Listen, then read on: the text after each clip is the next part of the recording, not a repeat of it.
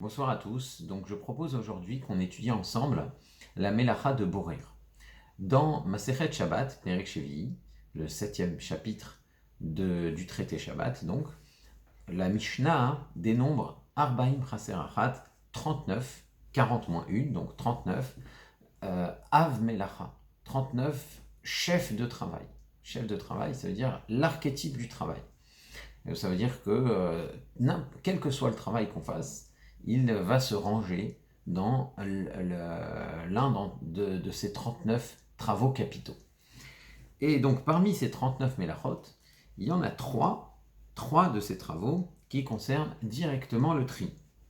Ce sont les travaux de Meraked tamisé, Borer, trié, et Zoré, vané.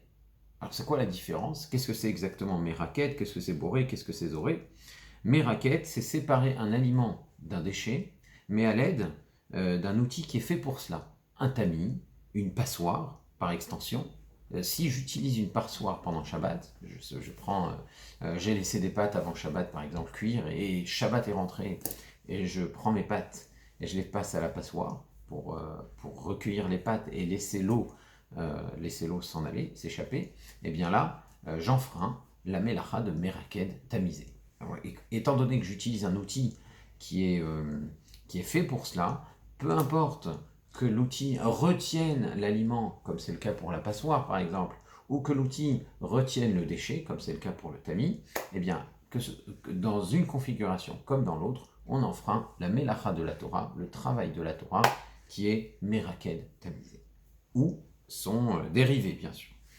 Le deuxième, on a parlé de Zoré Vané. Zoré, c'est séparer le bon du mauvais à l'aide du vent. Alors on le fait un peu moins, mais la situation où on pourrait être confronté avec la mélacha de Zoré, ce serait avec les pistaches et les cacahuètes. Quand vous avez des pistaches et des cacahuètes dans les mains, si vous soufflez comme ça pour que les épluchures fines s'échappent, et bien là, on transgresse la mélacha de Zoré Vané. Voilà, c'est comme ça que les agriculteurs faisaient à l'époque. Pour séparer le grain du son, et bien on les envoyait à l'aide d'une fourche, on les jetait en l'air, et le vent envoyait plus loin le son que le grain. Donc c'est ça Zoré Vané. Et enfin, Borer. Borer trié. Alors c'est quoi Borer trié? Dans les deux cas, dans les deux autres, mais la rote on trie aussi. Mais Borer, c'est trier à la main. Parce qu'en fait, une fois que le grain était séparé du son et qu'on le ramassait, il y avait toujours des éléments qui étaient indésirables. Il fallait retirer à la main les morceaux de pierre, les mauvais grains. Et ça se faisait à la main. Après le zoré, après le vanage, c'est comme ça qu'on préparait encore le grain pour ensuite le moudre. Donc, borer, c'est quelque chose qui se fait à la main. Et quand on retire le mauvais, quand on retire le déchet, ce qu'on appelle le pessolette dans la halakha, quand on retire le déchet et qu'on laisse le bon, on est en train d'améliorer le tas de blé qu'on a devant soi en retirant les déchets, et bien là, on enfreint la mélacha de borer. Mais ce n'est pas la seule situation où on enfreint la mélacha de borer. Donc il y a une première situation, c'est quand on retire le mauvais, et ça, c'est même quand c'est immédiat. Alors l'exemple type, la situation qu'on pourrait rencontrer dans une cuisine, c'est quand vous avez des fruits, et qu'il y a des fruits qui sont plus consommables, ils ont pourri au point de ne plus être aptes à être consommés, à être mangés. Quand on les retire du mélange, de la corbeille de fruits, eh bien on est en train d'améliorer la corbeille de fruits. Et ça, c'est interdit pendant Shabbat. On en avait parlé pendant le cours de Yom Tov d'ailleurs. On va revenir d'ailleurs sur ce détail-là. Donc quand on retire le mauvais du bon, on enfreint la mélacha de Borer. Quand on retire le bon du mauvais, quand on retire le bon, on prend les fruits qui nous intéressent. On a une corbeille dans la cuisine et il y a dans cette corbeille des fruits qui sont devenus immangeables. Voilà, ils sont blancs, ils sont verts, ils sont complètement moisis, et d'autres sont bons. Alors, on aimerait pouvoir les présenter, les poser à table. Et bien là, quand on retire les fruits qui nous intéressent, c'est possible aussi de transgresser la mélacha de Borer si on prépare ces fruits pour le lendemain, par exemple. Quand on ne le fait pas, les altar, quand on ne le fait pas pour l'immédiat, on le fait les acharzman, pour plus tard. Donc, étant donné que c'est quelque chose qui est amené à durer, je prends le bon, certes, mais je le fais pour plus tard. Donc là, j'ai fait un tri. J'ai fait un tri, c'est interdit pendant Shabbat. Et si je le fais à l'aide d'un outil, et là on rentrera dans Merakel, dans quelque chose qui ressemble à Merakel, c'est aussi un interdit de bourrir. Donc il faut que ça se fasse à la main, il faut que ça se fasse dans l'immédiat, immédiatement avant le repas, et il faut que ça se fasse en retirant le bon, en retirant ce qui m'intéresse du mauvais. Alors qu'est-ce que c'est les haltars? Et les haltars, la halakha, c'est dans la demi-heure qui précède le repas. Les haltars, ça ne veut pas dire nécessairement au moment où je porte l'aliment en bouche. Les haltars, ça signifie quand je suis en train de préparer le repas. Ça veut dire, je vais recevoir des gens, et ils sont censés arriver à midi et quart, disons.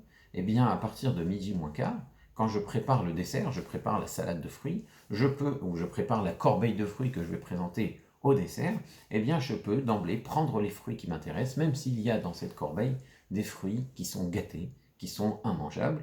Les fruits qui restent et qui sont bons, là, je peux les retirer pour les servir.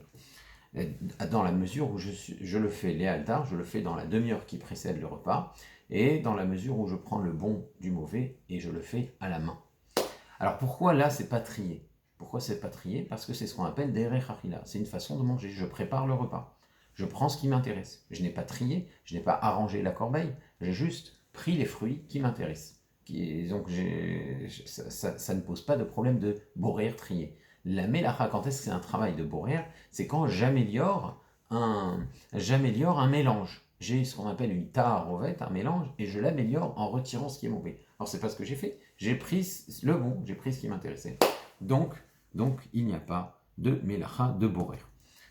Alors, on a dit qu'on ne doit pas le faire à l'aide d'un outil, parce qu'à ce moment-là, ça constitue aussi une mélacha de borer. Est-ce que prendre les aliments qui m'intéressent à l'aide d'une fourchette, dans la demi-heure qui précède le repas, ça s'appelle aussi borer? Eh bien, une fourchette, une cuillère, c'est un prolongement de la main, ça ne s'appelle pas utiliser un outil. Quand on dit utiliser un outil, c'est un outil qui sert le tri, mais pas qui est le prolongement de ma main qui sert à saisir l'aliment, évidemment. Si c'est plus facile de retirer le déchet, on pourrait se dire, mais après tout, c'est le travail qui est important. Retirer le déchet, c'est plus facile. Retirer l'aliment, c'est un travail. Il faut chercher, ils sont éparses. Les fruits qui sont bons, qui sont consommables, sont éparses, alors que les fruits qui ne sont pas bons, il y en a plus. Alors retirer les bons, c'est peut-être, ça peut parfois être plus pénible.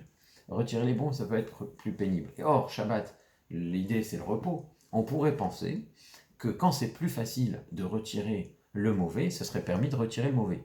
Eh bien, pour Shabbat, non, justement, parce que retirer le mauvais, c'est la mélacha de borer. Tandis que prendre le bon, c'est pas une mélacha comme on vient de l'expliquer. Alors pourquoi c'est important de parler de facilité? Parce que justement, pendant Yom Tov, c'est tout le contraire.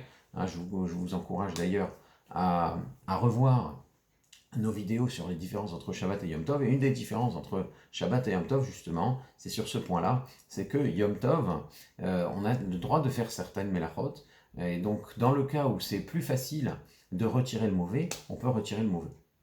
Il n'y a pas de problème de tri pendant Yom Tov, dans la mesure où on fait ce qui est le plus facile. Donc dans Yom Tov, on privilégiera ce qui est le plus facile, et Shabbat, justement, on évitera à tout prix la mélacha, parce que le Shabbat, la mélacha, même quand il s'agit de manger, eh bien c'est interdit. Il faut éviter à tout prix la mélacha, et même quand c'est plus difficile, ne prendre que le bon. Si j'ai l'intention de retirer le bon pour la Séouda qui vient, pour le repas qui vient, donc je l'ai fait dans la demi-heure avant le repas, et finalement, j'ai pas eu l'occasion de servir ce plat. Les gens n'en voulaient pas, ça les intéressait pas, ou j'ai servi et personne finalement n'en a pris. Est-ce que ça voudrait dire que j'aurais enfreint la mélacha de borer? Puisque maintenant, quand j'ai pris les bons fruits et je les ai séparés des mauvais fruits, je me rends compte que j'ai fait quelque chose qui n'était pas pour l'immédiat, puisque dans l'immédiat, personne n'en a profité, personne ne les a consommés. Alors évidemment, quand on fait non pas ce tri, mais quand on prend le bon du mauvais, quand on sépare le bon du mauvais juste avant un travail, l'idéal serait d'en profiter immédiatement d'en profiter durant ce repas. Si maintenant, cette intention que j'ai eue, ce projet que j'ai eu n'a pas abouti, eh bien ça ne veut pas dire que maintenant ce que j'ai fait, ça devient un travail, puisque quand j'ai fait, mon intention, c'était de préparer le manger. Donc ce que j'ai fait, c'est pas une mélacha. Pour que ça s'appelle une mélacha, melechet marchevet, il faut que mon intention était effectivement d'améliorer le mélange, et c'était pas c'était pas ce qu'il y avait dans ma tête. Ce qu'il y avait dans ma tête, c'est de préparer le manger pour ce repas, c'est ce qu'on appelle derech achila, et non le travail de borer. Donc même si même si mon intention ne s'est pas réalisée, et donc j'aurais pu penser que ça devient un travail, ça n'est pas un travail. Voilà, donc c'est ce qui ressort du Shulchan Aruch Harav, d'une des décisions du Rav Shlomo Zalman de Liadi, donc le fondateur de la Chassidut Lubavitch, et du Ben Ishra et du Kaf HaChaim, et aussi c'est comme ça que tranche Rav Ovadia Yosef dans Kol Sinai. Alors maintenant, si on a voulu saisir l'aliment, on veut prendre le bon aliment, justement, on est en train de préparer le repas, on veut prendre le bon aliment, et sans faire exprès, on a pris le mauvais. Ah, j'ai pris le mauvais, j'ai pas fait exprès, qu'est-ce que je dois faire maintenant? Est-ce que je dois le remettre? Ou, bon, maintenant que j'ai pris, tant mieux, j'ai qu'à le jeter à la poubelle. Alors, c'est préférable, c'est peut-être pas obligatoire. Si on n'a pas fait exprès de prendre le mauvais en voulant prendre le bon, donc je voulais pas faire ce travail, je voulais pas transgresser Borer, et j'ai pris le mauvais pour ne pas profiter de ce pseudo-Borer, ce n'est pas un vrai Borer parce que j'en avais pas l'intention, pour ne pas profiter de ce pseudo-Borer, il serait préférable de poser dans la corbeille à nouveau le mauvais fruit que je ne voulais pas saisir. Voilà donc pour le borer les altars immédiatement en prenant le bon du mauvais. Donc ça, on comprend que borer, c'est séparer un aliment d'un déchet. C'est retirer le déchet de l'aliment ou retirer l'aliment du déchet quand ce n'est pas pour le consommer dans l'immédiat, quand c'est pour le consommer plus tard. Qu'en serait-il de deux types d'aliments? Quand j'ai deux types d'aliments qui sont mélangés et seul un des deux aliments m'intéresse, est-ce qu'il y a une notion de borer dans ce cas-là? Par exemple, il y a une salade de maïs où il y a des petits copeaux de poivrons dedans, et moi je suis intéressé par les maïs et pas par les poivrons. Alors est-ce que j'ai le droit de retirer les poivrons comme ça de ma salade?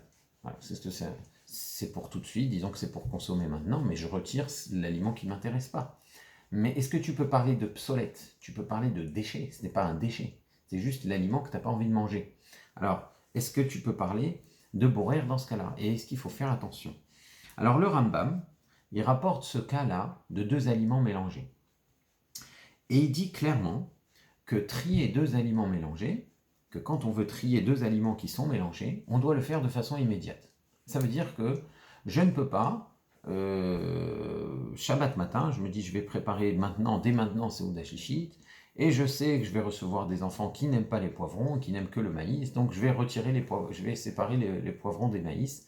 Je ne peux pas faire cette séparation-là longtemps avant le repas, je dois le faire léalta, dans l'immédiat, quand je suis justement en train de préparer le repas, dans la demi-heure qui précède le repas. Donc voilà ce que dit le Rambam.